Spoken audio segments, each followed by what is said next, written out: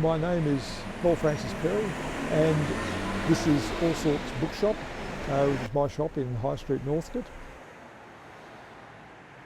I started doing the books back in the 80s, and back then the problem was it was pretty hard to get a book back then. It was all demand and no supply, and today it's all supply and no demand. So the wheel has turned. So it's no longer difficult to get books, it's more difficult to get enough customers for the books. Fortunately, there's no typical customer. They're all the way from less than 8 to more than 80. My specialty is really the non-fiction.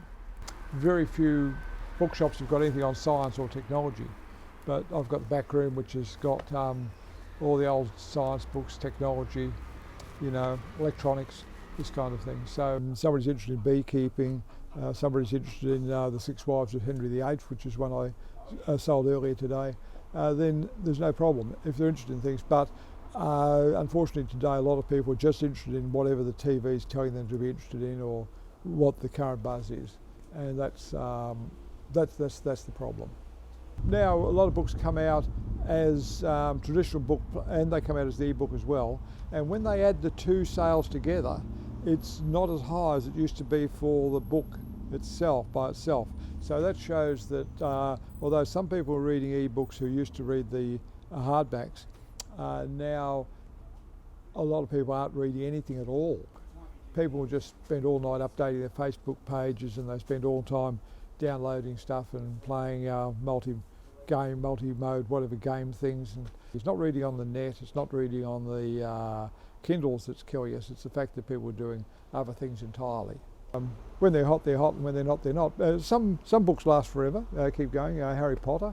Harry's been paying the rent, We're just wild about Harry.